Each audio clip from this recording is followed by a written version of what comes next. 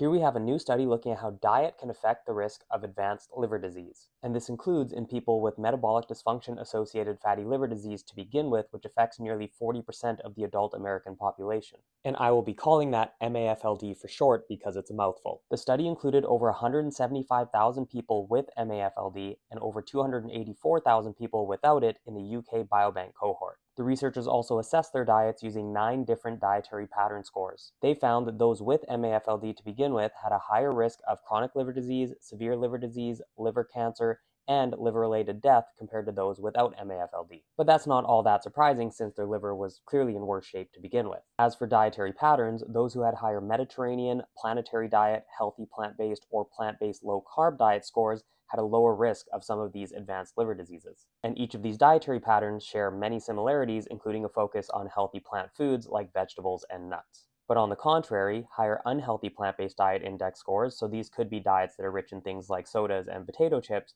were associated with a higher risk of most of those outcomes. Also notable, animal-based low-carb diets were not associated with a significant reduction in risk like the plant-based low-carb diets were. However, the most important results, in my opinion, are the effects of diet on people with pre-existing MAFLD specifically. And the results were fairly similar to the main analysis, with those healthy plant-predominant dietary patterns being associated with a lower risk of worsening of liver health to more advanced disease. So in those with the very common condition of MAFLD, it may not be too late to shift towards a healthier diet to reduce the risk of worse outcomes down the road.